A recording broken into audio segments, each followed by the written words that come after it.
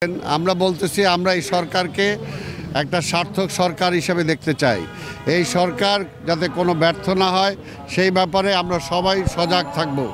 প্রত্যেকটা রাজনৈতিক দল, আমরা যারা আন্দোলন করেছি, রাজনৈতিক দল, ছাত্র, যুবক, শ্রমিক, যারা এই আন্দোলন অংশগ্রহণ করেছে, ফ্যাসিবাদকে বিদায় করেছে, আমাদের সবার দায়িত্ব থাকবে ডক্টর ইউনূস সাহেবের সরকারকে নিরপেক্ষ রেখে এই সরকার অধীনে যাতে একটি গ্রহণযোগ্য নির্বাচন আমরা অনুষ্ঠান করাতে পারি। আমরা আমাদের সবার ভূমিকা যাতে সে অবস্থায় থাকে, আমরা সবার কাছে সেটা কামনা করি। কিসের আওয়ামী লীগের ভেকুয়াম? আওয়ামী লীগ তো নাই। আওয়ামী লীগ তো নিজেই তার নেত্রী দলের কথা তো চিন্তা করে নাই। যদি দলের কথা চিন্তা করত তাহলে অবশ্যই সে গণতন্ত্র নিয়ে থাকতো। সে তো গণতন্ত্র নিয়ে থাকে নাই। সে যদি আমরা বারবার যে দাবিটা করে আসছি যে কোনোভাবেই নির্বাচনের মাধ্যমে সরকার পরিবর্তনের পথটা আপনি বন্ধ করেন না, কিন্তু নির্বাচনের মাধ্যমে সরকার পরিবর্তনের সকল পথ তিনি বন্ধ করে দিয়েছেন। এই ধরনের সেই কারণে জনগণের বলা যাবে না। তাই আমি মনে করি যেটা আমি বারবার বলেছি আমরা, এবং ওই সময় বলেছি যদি আপনি পথ বন্ধ করেন, বর্তমান যে দলটাই হলো সেই একদিনের নাগরিক পার্টি এই সম্পর্কে আমাদের মন্তব্য কি তারাবে, এবং সে বিশ্বাস করে নাই জনগণের শক্তির উপরে, সে বিশ্বাস করে নাই। সে নতুন দল হবে, তার প্রতিযোগিতা হবে, এবং আমিও মনে করি তাই। এবং কেউ আমাদের কাজে আওয়ামী লীগের আবার ভেকুয়াম কিসের? জনগণ কোনো ভেকুয়াম ফিল করে না।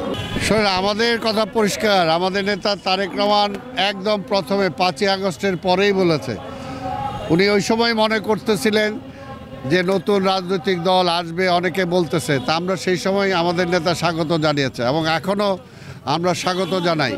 বাংলাদেশের প্রত্যেকেই রাজনৈতিক মতামত প্রকাশ করার তার অধিকার আছে, রাজনীতির এই জনগণের কাছে বলার অধিকার আছে, নির্বাচন করার অধিকার আছে, তবে সেটা কোনোভাবেই যাতে কোনো প্রশ্নের মধ্যে না পড়ে আমরা সেটাই বলবো।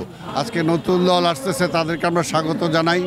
তারা জনগণের উপর ভর করেই তারা এগুবে, তারা সরকারের উপর ভর করে এগুবে না, আমরা এটাই আশা করি। আজকের এবং আগামী নির্বাচনকে কেন্দ্র করে বর্তমান নিরপেক্ষ সরকারের উপরে যাতে নিরপেক্ষতা নিয়ে কোনো প্রশ্ন না আসে, আমরা সেটাই কামনা করব। আমরা চাই তাদের শুভকামনা, তারা সামনের দিকে এগিয়ে যাক, জনগণের কাছে যাক, জনগণের ম্যান্ডেট নিয়ে জনগণ যাকে ক্ষমতায় দিবে সেই রাষ্ট্র পরিচালনা করবে, এই আশাটা নিয়ে এবং এই ভরসাটা নেই যাতে আমরা সবাই মাঠে যাই। আমি তো পরিষ্কার বলে দিলাম, সরকারকেও বুঝতে হবে, সেই রাজনৈতিক দলকেও বুঝতে হবে। আমরা চাই না কোনোভাবেই যে ডক্টর ইউনূস সাহেবের সরকার নিরপেক্ষতার প্রশ্নে কোনো দাগ আসুক, এটা আমরা চাই না। আগামী নির্বাচন অবশ্যই, যে কারণে শেখ হাসিনাকে আমরা বারবার সে সময় বলেছি, নির্বাচন করতে চান ক্ষমতা ছেড়ে দিয়ে নির্বাচন করেন, তিনি সেই কথা শুনেন নাই। কাজে আমরা একটা দল নিরপেক্ষ সরকারের অধীনে নির্বাচনের জন্যই ডক্টর ইউনূস সাহেবের সরকারকে বসানো হয়েছে। কাজেই সেই নিরপেক্ষতা এই সরকারের কাছে সবাই আশা করে, আমরাও আশা করব, এবং আমরাও যাতে কোনোভাবে আমার স্বার্থে এই সরকারকে আমরা ব্যবহার না করি। পরামর্শ একটাই, যেটা আমরা বলবো যে আমরা আন্দোলন করেছি একসাথে। এবং তিনি আরো বলেছেন যে আজকে যারা আমার ভাই শহীদ আবু সাঈদের কথা বলে, তাদের কাছ থেকে আমি যে সহযোগিতা পেয়েছি তার চেয়ে 1000 গুণ সহযোগিতা অন্য দল থেকে পেয়েছি, অন্য ব্যক্তিকে থেকে। তাই এর পাশাপাশি আমরা দেখেছি অনেক আমাদের মেয়ে যারা প্রাইভেট ইউনিভার্সিটি, বেসরকারি ইউনিভার্সিটিতে পড়েছে, তারা নিজে লাইভ করেছে, নিজেরা